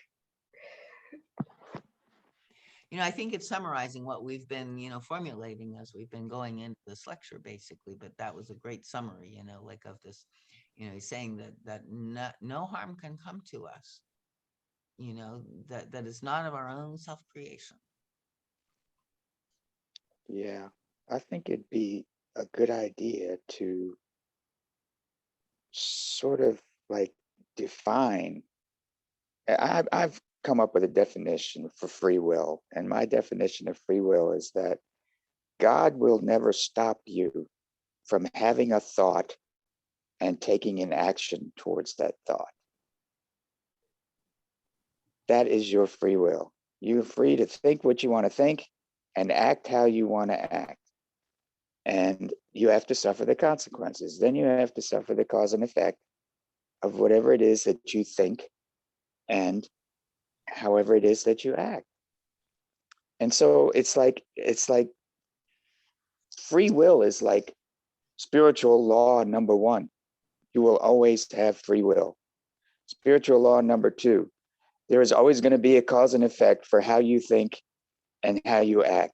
Spiritual law number 3, sooner or later, you're going to have to realize that you are responsible for what the hell you're doing to yourself, and I guess that sooner or later is not confined to one lifetime, because many people die many No, lives. not at all. You know? Not at all. and in various areas that, you know, of our lifetimes in different ways. I mean, there's some ways that it's very obvious to me, you know, and other ways where I still, it's a bit of a mystery, you know, and I, you know, like I can at least humble myself and say, well, you know, somehow I'm causing this, but I don't honestly know, right? You know, but that's a part of the journey of learning and awakening. And then it just, you know, it's an interesting, you know, unfolding that way, right? I mean, a long time ago, I read a book and it basically, you know, says this is the master game. I mean, we can pursue money, we can pursue love, we can pursue all kinds of different things, but, you know, the master game of life is the pursuit of this, right? You know, it's pursuit of evolutionary awakening and self-development. So he says, if we did not cling tenaciously to the utopia of having freedom and refusing self-responsibility, we could easily perceive that we are indeed independent, masters of the life, of your life and fate. I think I read that right. Observations of the manifold connections and chain reactions would automatically eliminate your fear of others and of becoming a victim. You could link up all unfavorable incidents with your own wrong attitudes, no matter how wrong the other people may be, but their wrongness cannot affect you. And I've experienced this too. Do people get this, right? You know, like, and in some ways, you know, when we talk about the word responsibility, right? You know, like Hi, Darlene. Can I interrupt? Yeah, go ahead, Jasmine. I have a question. So, you know, I'm sorry, I'm not going to read the sentence. I forgot where it was, but you just mentioned that other people's wrongs cannot actually harm us. What does that mean? For example, if I'm driving, somebody hits me, I break a leg, I'm harmed. Did I cause it? Or are you talking about physical harm to the human body, that we will be harmed, the physical body, and, you know, what we are cannot be harmed? Can you clarify that? Yeah, I mean, I think it's multiple levels, you know, it's like you're not harmed spiritually, but I think it's also saying that some part of you was co-creating, was, you know, cooperating, was undergoing that experience for your own purposes, you know, and so maybe, you know, you were projecting, you know, something that, you know, needed to be outplayed and, you know, seen, or maybe a part of you was resisting, you know, like going to work. And so you decided you wanted to break a leg so you didn't have to go to work anymore or something like that. It's in the unconscious, right? It's not conscious, but there is some way in which that was not, you know, just caused by the other person. The guide says, even when we're fighting with each other, like at the level of the higher self, there's agreement, right? You know, we're always co-creating together for the mutual purposes of learning. So the person that hits you, they have their own story, their own consequences, their own responsibility, their own, you know, experience that they have to work through, and you have yours. And so what is part of your responsibility? Well, you know, you can choose to be a victim and blame them and, you know, stay, you know, helpless in your suffering, and even maybe past the physical healing that you had, you know, or you can respond to the situation with your higher self. So this is how I think of responsibility, is our ability to respond to what is, not what should have been, could have been, or, you know, what somebody else did or anything like that, but just what is and how am I going to respond to it? How can I find the highest in me to So respond to this? would it be fair to say that because instead of dwelling on the situation, you accept whatever comes, negative, positive, neutral, and you do your best with it? Or you try to, is that? Yes, part of it is, and that's kind of what I said, you know, like you try to take the high road and find a good way to respond. Now, I think the guide is also saying it would behoove you, especially if there's a pattern here, or, you know, it fits into a dynamic that you're aware of, to understand maybe like, well, what was going on and why was I creating that? You know, what's going on in my unconscious, right? So that's where he's saying, you know, we need to bring the unconscious into consciousness, and then it won't, you know, take us into these situations, so badly, where we feel like we're being victimized by something. Okay, I think it sort of makes sense. Okay, it's a big Thanks. topic and it takes some time, and also, people usually always bring up with self-responsibility, it's like, that you can't blame people that have been wounded or victimized, for, and it's not about that either. But I think this attempt to really recognize that nothing is happening, to us. It's all happening through us, for us. We live and move and have our being, within this reality. Somebody trying to chime in here? I was just wondering how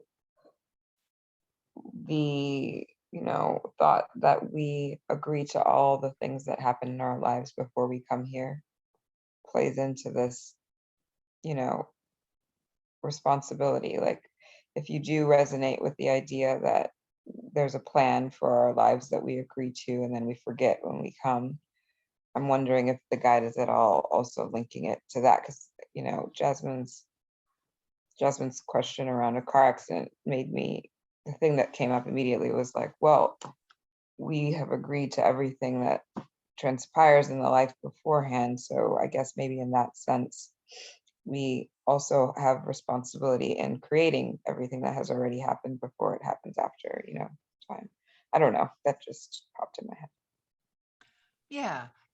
And I don't know. The accidents that I've been into, I often see where I was in a state of consciousness, at the time that, was also maybe a part of it, right? Or, there's lots of different levels of this kind of, like, yeah, we agreed to, like, undergo it in the lifetime, but probably at that time too, we understood what the purpose was, or what we, maybe it was karmic, like, Yeah. maybe it was really more like a learning, task, that we had, because, we were not used to taking responsibility for our accidents or something, I don't know, like, each situation is really uniquely, individual. And so that's where I think it does help to just wonder, and to explore a little, well, what was that about? And sometimes we, the answer comes obviously easily. Other times, I always feel like, well, God, when I die, hopefully in my life review, I'll understand that a little more, because and what I've discovered is oftentimes too, as I go forward in my life, right, like, that experience passes, but then I'm in another experience and I realize, oh my gosh, that's the same feeling that I had in this other experience, right? And now I have it a whole another level to experience it from, and kind of compare and see, like, where that's connecting. And so, just our own journey, we begin to recognize and reflect back on all of these things and see their connections. And Could I add some? So go ahead. sorry, Paul, I just want to say quickly too that I heard Jasmine say, and I don't know if I agree with it, that we just, and maybe I'm misunderstanding what Jasmine was saying, that we just have to kind of accept what happens in our lives, and but for me it kind of sounded like passively accept. Yeah. But that's not, like, we put ourselves in certain situations and our response to it is the learning. So either we rebel against it or we fight it. Maybe we're supposed to learn how to fight. Maybe we're supposed to learn how to be receptive. And so it's not just a passively accept what's going on around us. It's actively learn something from each experience. Yes? Absolutely. Yeah. Sorry, I was going to chime in with you, Judy. Yeah, sort of go to the unconscious and see what's going on, not just say, oh, okay, broke my leg, I'm going to heal now, and then keep doing. But also, I'm just speaking for myself. I'm the type of person, I will think, what happened? Was I in the left lane? Was I in the right lane? Did I cause it? Did that person cause it? That's where I go. So my learning here is, and I would love to hear other people's opinion, is instead of going down that train thought of anything, of any failure, of any mistake, is to accept it and then work work through, I don't know, your feelings or what you're feeling at that moment or what's coming up. Yeah, Is that it? You know, in your example, Jasmine, it's kind of like it's like even the fact that you know, then kind of automatically, if something bad happens, you know, assume that it's your fault, or, you know, you did something bad, or, you know, like took on, that's another, it's like, that's a kind of over self-responsibility. And the guide says in another lecture that usually where we are over responsible for certain things, we're under responsible for other things, right? You know, and so, yeah, you wouldn't necessarily, you know, just assume that, you know, it was your bad, and then, you know, kind of wear that as a scarlet letter or something. But you would want to understand, like, you know, what, not just was I in the wrong lane, but if I was in the wrong lane, why was I in the wrong lane? Was there some unconsciousness in me that, you know, like maybe I was distracted and thinking of another, you know, argument or a thought, you know, or maybe there was a way in which, you know, in that moment, that, you know, I needed somehow to shake myself up. Oftentimes I find accidents, right, you know, seem like that, you know, like somehow the universe was just kind of giving me the shaking, right, you know, to bring something up. So I want to know, like, and a lot of times what I do is I say, why did that happen to me? Because the universe needed me to feel something. You know, that's my most go-to ABC answer, you know, for why is this happening to me? It's because the universe wants us to feel something. And so in the case of the accident, then I would ask myself, okay, so how is this making me feel? Am I, you know, pissed? Am I depressed? Am I, you know, what's there? What is the story inside that I tell myself, yeah, here I go again. I'm a stupid idiot. I always do. You know, that's something to look at, right? And maybe that's why the universe did that, was for me to, you know, be confronted with that and watch myself do this old pattern that brings me suffering and pain. And so it needed to bring it into the light. And this time, somehow I was at a place where I could observe it a little more consciously in myself and learn and grow from it. I want to go back to a little bit more about what Dominique was saying about, you know, how the plan is set in the spirit world for our lives before we come. I kind of have a feeling that the more conscious we become, the more we have control over our destiny. So it's not like it's set in stone. It's not like all of these things are destined to happen to you, and you just have to, you know, accept it and make the best of the situation. I really believe that the more conscious we make ourselves, the more enlightened, so to speak, that we become, the more control we have over our destiny. I think that the people who are supposed to be in our lives, I think that's a big part of the equation, okay? But I don't think the actual events are set in stone. Yeah, I mean, I think it varies, and I think we do have, you know, free will implies that, you know, that we could, you know, develop, you know, have a change in plan. I think the guide in some of the lectures talks about, you know, again, sort of like almost like what we talk about timelines now, you know, and so there could be different choices made, you know, but we kind of review also in the other life, you know, or in the you know, incarnatory state, you know, like those different options in some way, right? You know, and Yeah. Yeah, I feel like but it's more like a framework, Frank. I feel what yeah, you're saying. And it's more around like choose your own adventure. The more conscious you are, the more you get to craft that. But there was just something that was connected to that. I don't know why. I just dropped in when she was saying that. I had a ping on, oh, part of that experience is tied to what we've agreed to. But I completely agree around it's not all set in stone, and then free will wouldn't necessarily exist. Although part of me is like, well, free will of us in what state? Free will of us in our human limited ego consciousness, or free will of our higher selves? I don't know.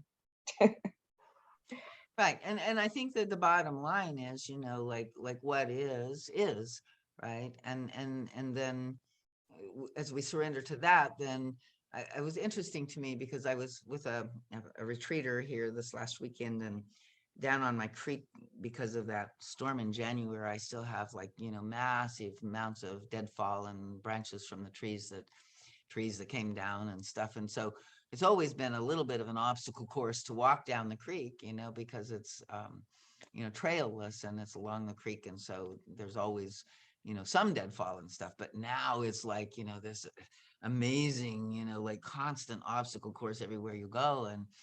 And so she was, doing her, walk. And it was interesting to watch her because, she was not following my path. She was finding her own, and stuff like that. And we would come to these huge, deadfall areas, and you couldn't figure it out, and she shared with me that she realized that when she stopped and just kind of paused and waited there, that something then would come through her and she would recognize how to proceed, or what the next step was to go. But if she just kind of kept trying to go over it and make those obstacles and get to the other side, it became much more difficult. So this kind of idea of just pausing and being with what is, from this simple surrendered place, not judging it, resisting it, wishing it was something else, feeling depressed because it's not utopia or whatever, but just being with it and pausing. And then from there, it's like spirit informs us, we see our way, the next step becomes apparent. And this is, was such a beautiful metaphor. And I think it's kind of like similar in all of these obstacles and recreations and self-creations that we're talking about, and our self-responsibility, right? We find ourselves where we are.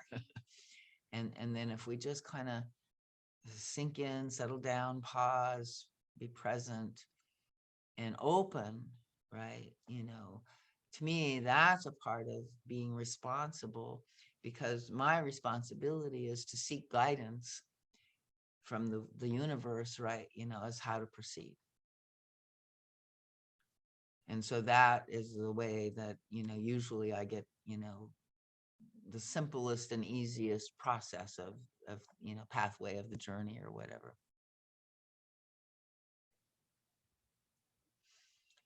Okay, so let's see. He says, therefore you have to, I'm not sure where this is starting. So he says, in truth, you cannot possibly come to harm by any shortcomings or wrong actions of another person, no matter how much it may seem that way at first glance. Those who judge only on the surface will not find either truth or reality. Many of you are capable of judging profoundly in some ways, going to the roots of things. In other ways, however, you are conditioned to judge on the surface.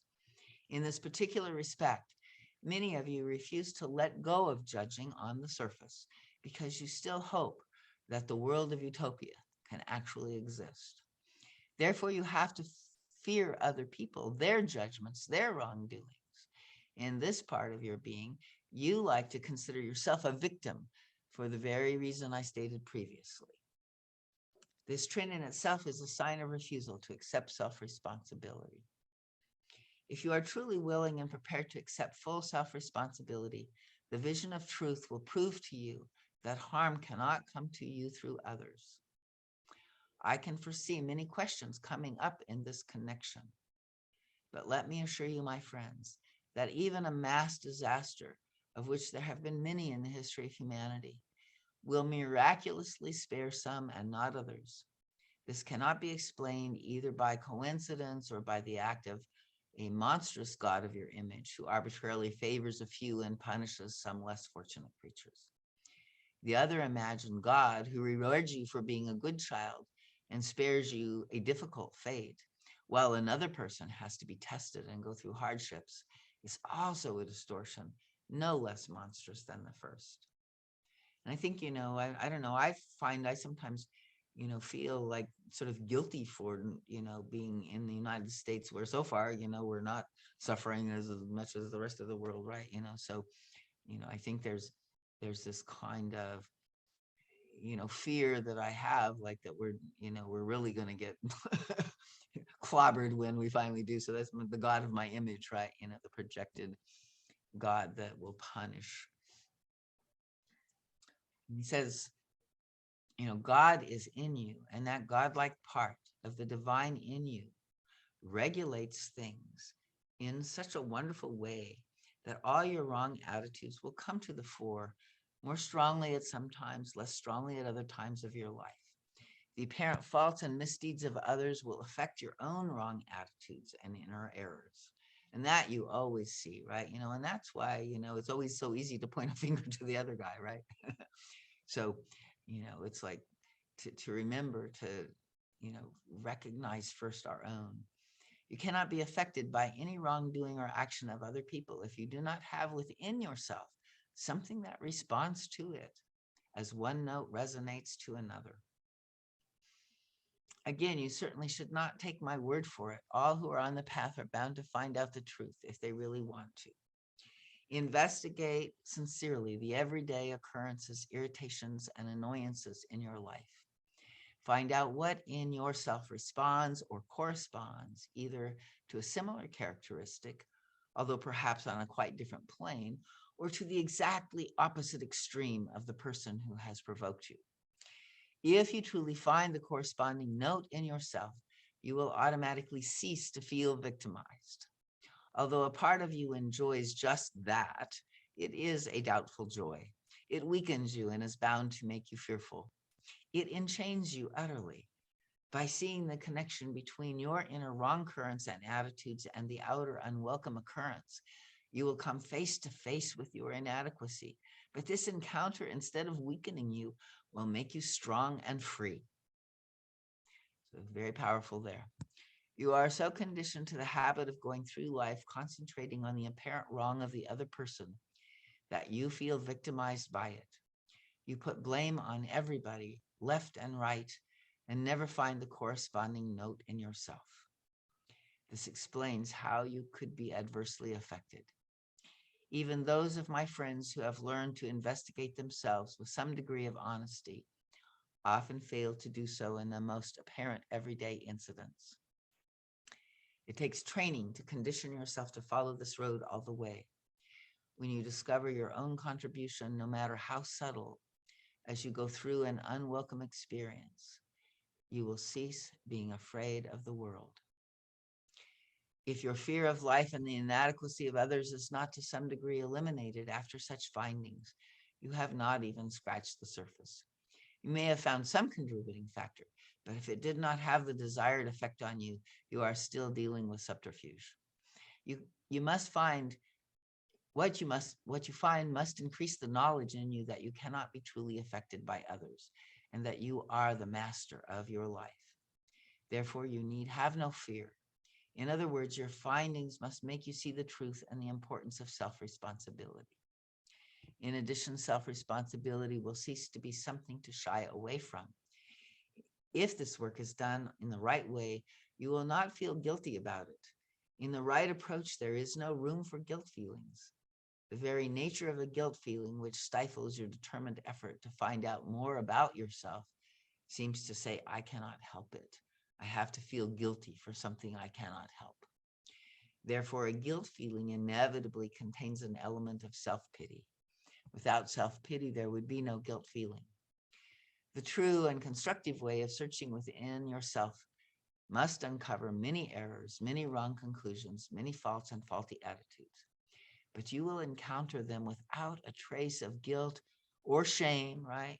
With the proper attitude, you will accept your inadequacies and face up to them. In the world of utopia, you do not.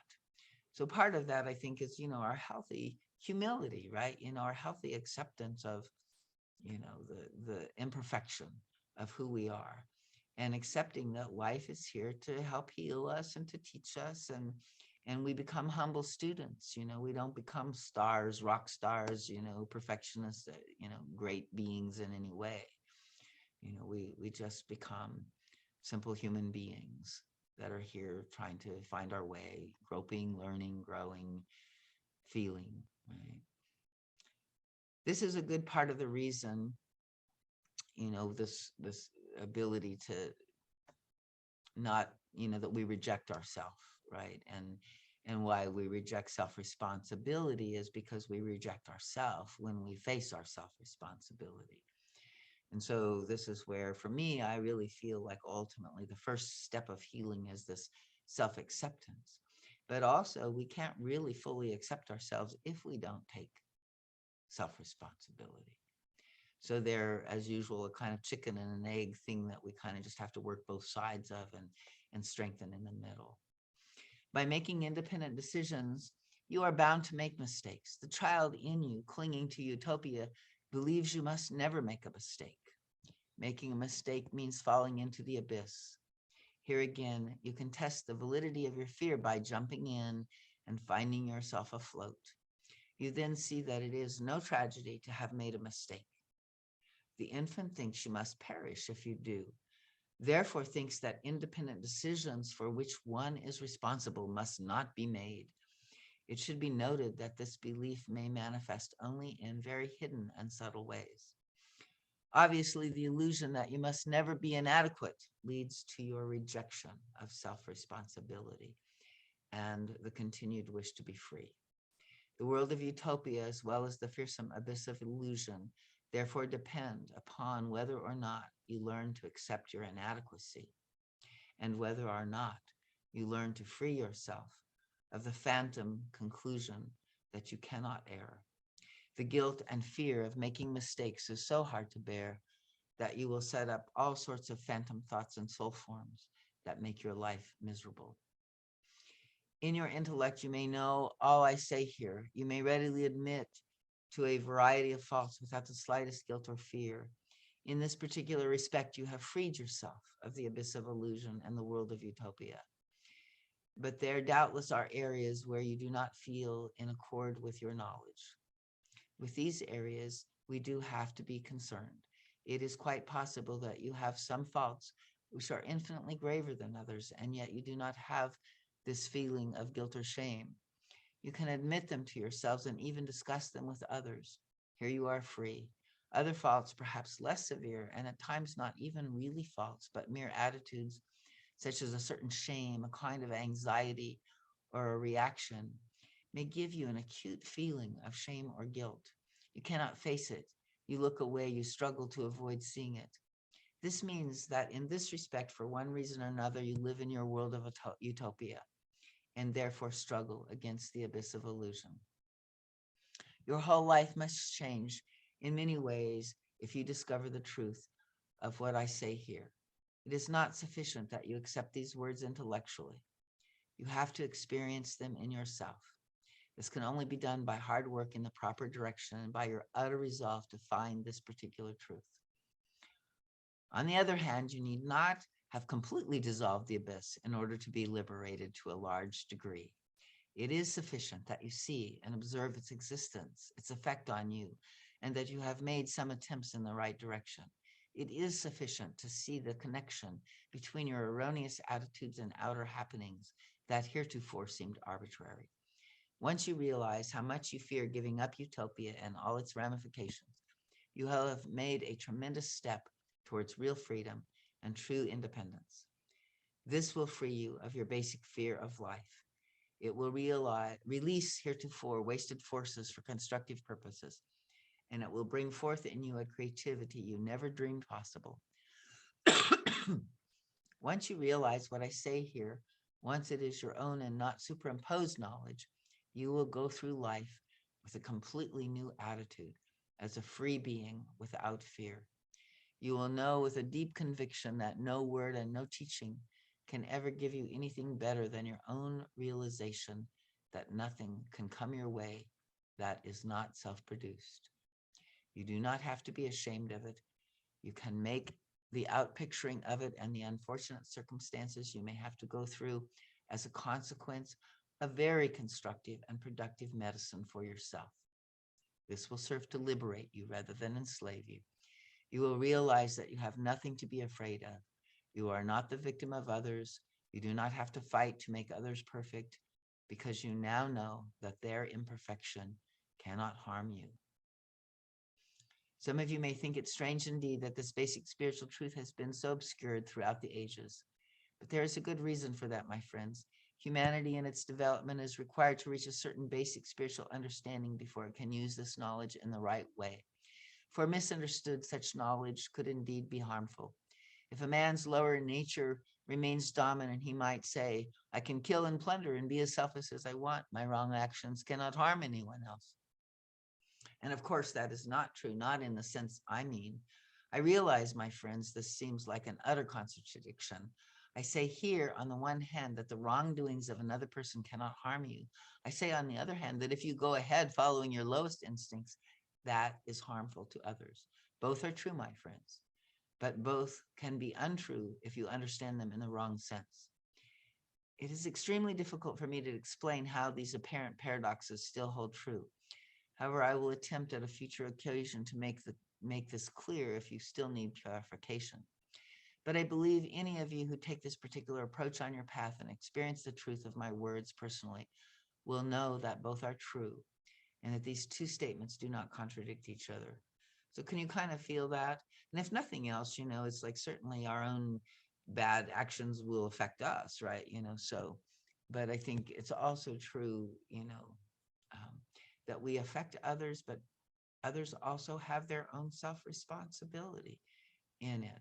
So, it's an interesting thing to work with. And oftentimes we are right in the middle of that where we are working in relationship issues, right? So I have often said, and many of you have experienced it, that your subconscious affects the subconscious of another person.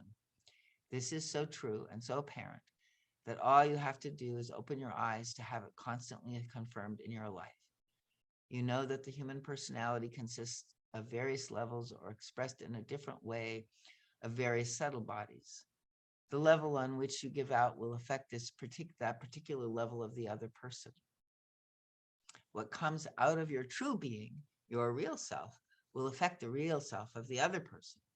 What comes out of any layer of your masked self will affect a similar or corresponding masked self layer or defense mechanism of the other person. And that you can see always. And so it's really useful, right? If you're getting somebody's defense, to think about probably, you're coming from your own defense, right? And that can help you shift. So I think we're kind of running, okay, we're almost through with most of it, but we've got Q&A. So let me go ahead and just finish up, go to the Q&As here for this evening.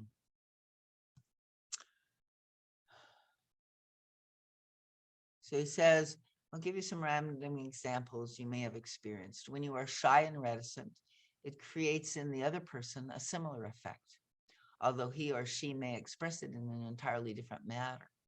If you are not genuine, or if you act out of a level of pride, the other person will respond automatically in kind. If you are spontaneous and genuine, you will have such immediate response. You will find such immediate response in the other person. All you have to do is observe this. For that to happen, you have to observe yourself, of course, in order to establish from what layer of your personality you have acted. Only then can you take the other person's behavior and mannerisms and compare them with what you gave out. So another way of really looking at your own self-responsibility, right? You will soon stop being deceived by appearances. Your shyness may be open. The other person's shyness may be covered under a mask of brashness. However, you will recognize that they come from the same inner level. This is so important, my friends, and it has much to do with the apparent paradox that you cannot be harmed by other people, yet it would be harmful to go ahead on that assumption and indulge in the lowest instincts. So let's see if he has a closing here for us to just take in. Before we go there, any last comments, any final questions or statements? So thanks, everybody. I think this is a very profound lecture, and each time I read these, I get more out of them too. So keep reading them, they deepen in us and come much deeper into fruition as we keep working with them. She says, I retire with my blessings for each and every one of you, my friends. The strength and the light I am allowed to bring from my world is flowing now to each one of you. May it help you wherever you are on your path, whatever your problems are. May you feel the love with which we come to you. Be blessed. Be in God. Okay. Thanks, Darlene. That was really great. I like this lecture. Thanks, everybody, for Yeah. all your, really good. You guys. Yeah, thank you. Yeah, great discussions, everybody. Good Thanks a lecture, lot. good feedback. Thank you all. Thanks, Yeah. Darlene. Bye, guys. Bye, everybody. night. Bye. Night. Thanks for coming, Paul.